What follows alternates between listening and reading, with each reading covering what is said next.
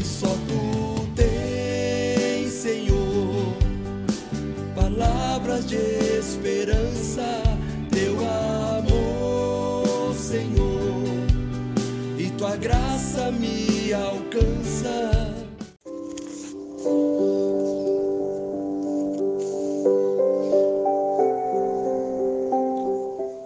Louvado seja o nosso Senhor Jesus Cristo, para sempre seja louvado. Em nome do Pai, do Filho e do Espírito Santo. Amém. Amados irmãos e irmãs, bom dia. Palavras de esperança. O Espírito Santo age na pregação de Paulo. Atos 13, 13 a 21. A você que nos acompanha, que Deus nos dê a graça da perseverança. Em nome do Pai, do Filho e do Espírito Santo. Amém. Vamos à leitura.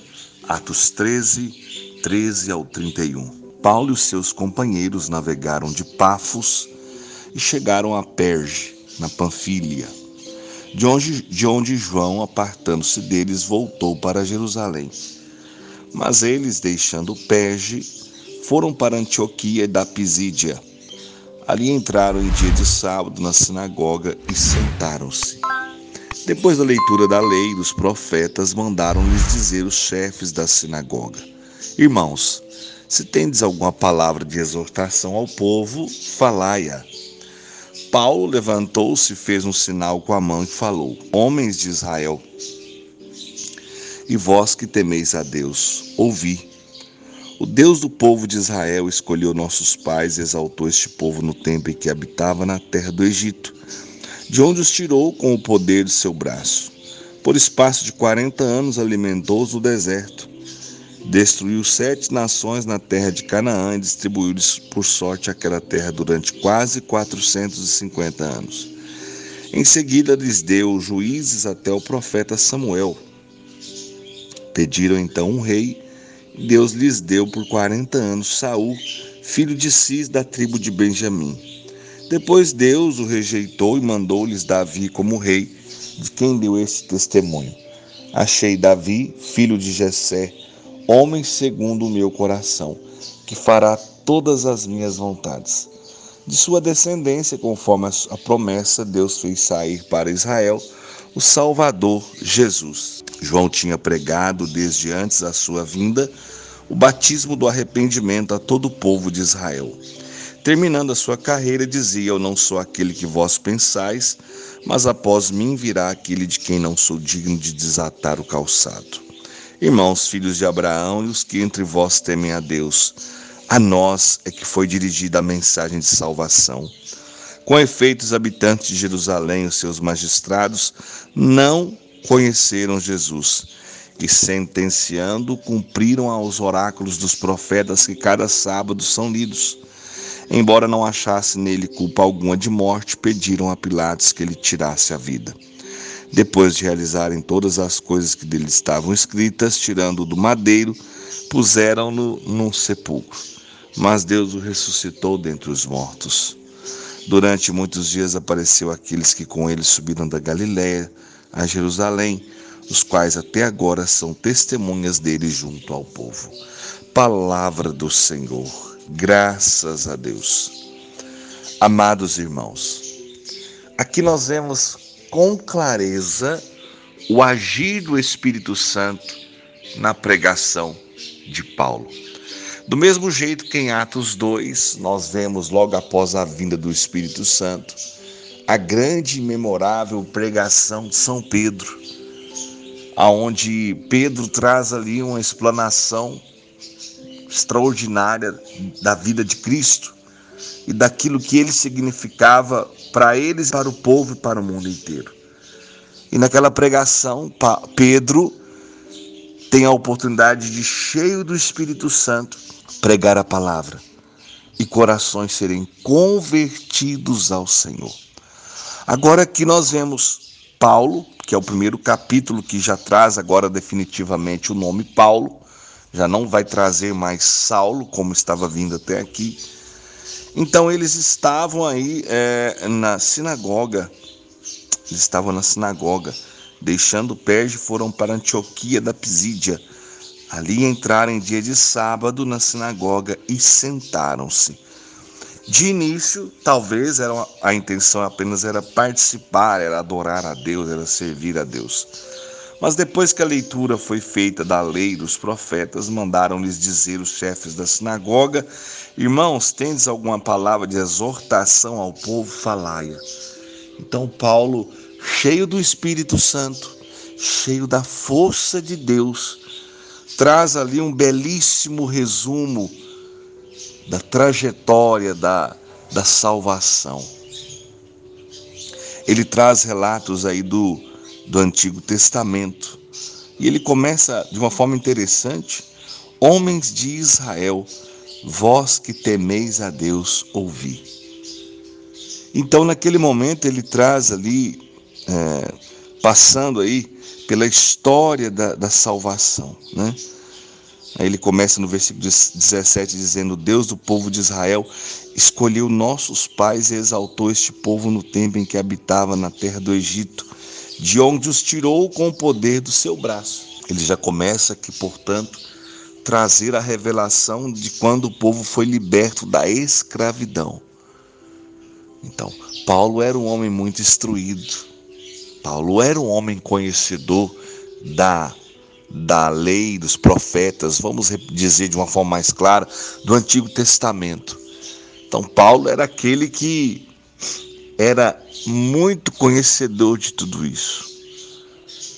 Interessante, né, que depois da conversão de Paulo, ele foi um dos grandes responsáveis para ajudar na composição de todo o Novo Testamento. Você observa que boa parte das cartas que tem na Sagrada Escritura são de Paulo. Então, além de ser um grande conhecedor daquilo que era a lei e os profetas, o Antigo Testamento, Paulo se torna um grande responsável pela pregação e formação do povo de Deus. Por isso que sempre citamos São Pedro e São Paulo. Inclusive aqui em nossa cidade de Patos de Minas tem uma paróquia dedicada a São Pedro e São Paulo, esses dois grandes pilares da igreja. Então, todas as missões que Paulo assumiu após a sua conversão, todos os escritos de fogo, podemos dizer assim, que Paulo deixou de contribuição para a igreja, para a Sagrada Escritura. Como não amar, não valorizar um pregador como esse, um homem como esse, como eu já disse aqui por várias vezes, talvez um dos maiores pregadores que essa terra já viu pregar, mas que diante de Deus tem para ele o mesmo valor que cada um de nós temos, né? Mas tem uma suma importância em tudo aquilo que diz respeito à fé. Então Paulo ele vai trazendo ali uma pregação. Por espaço de 40 anos alimentou-os no deserto. Ele vai falar de quando o povo foi liberto, o que aconteceu logo depois, né? Aí vai contar que o povo pediu um rei e Deus lhes deu por 40 anos Saul, né? Vai falar que durante esses 40 anos Saul reinou, mas depois Deus ficou triste com as atitudes de Saul e escolheu depois de Saul Davi, né? E conta para nós que Davi era filho de Jessé, homem segundo o coração de Deus, que fará todas as vontades de Deus, né? E aí ele vai contando de uma forma que quando ele chega em Davi, é de sua descendência, conforme a promessa, Deus fez sair para Israel o Salvador, que é Jesus. Jesus, o filho de Davi, segundo a sua descendência. Que coisa extraordinária. Ouvir uma pregação como essa, um resumo aí da história de salvação. E aí ele vai contar também a respeito do próprio Jesus, né? Mas antes de falar de Jesus, ele faz questão de destacar quem? A pessoa de João. João, que tem um significado muito grande para todo o processo de salvação. Porque João ele traz uma pregação, e Paulo deixa isso muito claro. João tinha pregado desde antes da vinda de Jesus. Ele havia pregado o quê? O batismo do arrependimento. Para que as pessoas se arrependessem dos seus erros. Era como que João preparando o terreno para que Jesus viesse e pregasse. Só que é tão bonito, né, irmãos, quando a gente lembra disso, porque o próprio Cristo foi batizado por João. É como se ali, Jesus ali começa a sua missão. Mas Jesus não tinha pecado do que ele iria se arrepender. Não, Jesus participa do batismo de João para dizer, chegou a hora da missão. Tanto é que Deus usa desse momento para revelar a ação do Espírito Santo na pessoa de Jesus. Este é meu filho muito amado. Podemos dizer que é a mesma frase, o mesmo ato que se revela depois na transfiguração. Ou seja, acontece a manifestação da glória de Deus. Da glória de Deus. E aí Paulo vai dizer para nós aqui em Atos 13, 25, terminando a sua carreira, no caso de João, né? Ele dizia, eu não sou aquele que vós pensais, mas após mim virá aquele de quem não são dignos de desatar o calçado. João reconhece o seu lugar na história da salvação. E olha que João arrebanhava, hein? João, ele pregava, ele era verdadeiro, ele era sincero, e a sua verdade foi tanta que acabou perdendo a própria vida por falar a verdade. Custe o que custar, sempre dizer a verdade. E João viveu essa experiência de uma forma plena, total, uma entrega total. E assim foi João, assim foi Paulo, assim foi Pedro. E assim deve ser eu e você, queridos. Nós não podemos nos entregar, desanimar diante das adversidades que a vida nos propõe, não. Quando, eu gosto de usar aquela expressão, né? Quando a vida nos oferece limão, faz uma limonada. E nós que somos cristãos, nós teremos desafios se nós quisermos realmente alcançar a salvação, alcançar a vida eterna, alcançar o coração de Deus, alcançar a vontade de Deus em nossa vida. Desafio que não vai faltar. Então Paulo ele vai descrevendo todas essas lutas do povo de Deus, né? Ele vai chegar no versículo 26 e vai dizer, irmãos filhos de Abraão e os que entre vós temem a Deus, que talvez seja o grande segredo para alcançar a salvação, o temor que é um fruto do Espírito Santo. Quando nós estamos cheios da graça do Espírito Santo, nós temos em nós evidentemente o temor de Deus. O que é isso? Na pregação que eu fiz a semana passada, que eu postei aqui, eu falava, não é ter medo de Deus, é ter medo de perder a salvação, ter medo de perder o céu. Então ele vai dizer a nós que foi dirigida a mensagem de salvação. Ele vai dizer do privilégio daquele povo daquela época de terem recebido Jesus Cristo e da tristeza de não terem acolhido, não terem aceitado a sua palavra, a sua revelação. Com efeito, os habitantes de Jerusalém e os seus magistrados não conheceram Jesus, e sentenciando cumprir os oráculos dos profetas que cada sábado são lidos. Embora não achasse nele culpa alguma de morte, pediram a Pilatos que lhe tirassem a vida. Então Paulo, ele não esconde a história, né? Porque ele mesmo foi um daqueles que após Cristo ter mandado o Espírito Santo, ele começou uma grande perseguição aos cristãos. Então ele não vai esconder isso, ele está contando a história, contando que mesmo Jesus não tendo culpa nenhuma, o mataram. E aí se cumpriu tudo aquilo que os profetas, né, diziam e que era lido e meditado por eles sempre aos sábados na sinagoga. Então, depois de realizarem todas essas coisas que deles estavam escritas, tirando-o do madeiro, puseram no sepulcro. Mas Deus o ressuscitou dentre os mortos, e durante muitos dias apareceu àqueles que com ele subiram da Galiléia a Jerusalém, os quais até agora são testemunhas dele junto ao povo. Que é a promessa do próprio Cristo, é um pedido que o próprio Cristo faz em Atos dos Apóstolos, capítulo 1, versículo 8. Descerá sobre vós o Espírito Santo e vos dará força, e sereis minhas testemunhas. E se nós lermos aí Atos 1,14, vai dizer que eles perseveravam na oração. Se nós pegarmos Atos capítulo 2, vai dizer que veio o Espírito Santo. E eles que estavam às vezes trancados por medo dos judeus, por medo do povo, O povo que matou Jesus, logo após a vinda do Espírito Santo, as portas abriram, os corações se abriram, a coragem tomou o lugar que antes era do medo.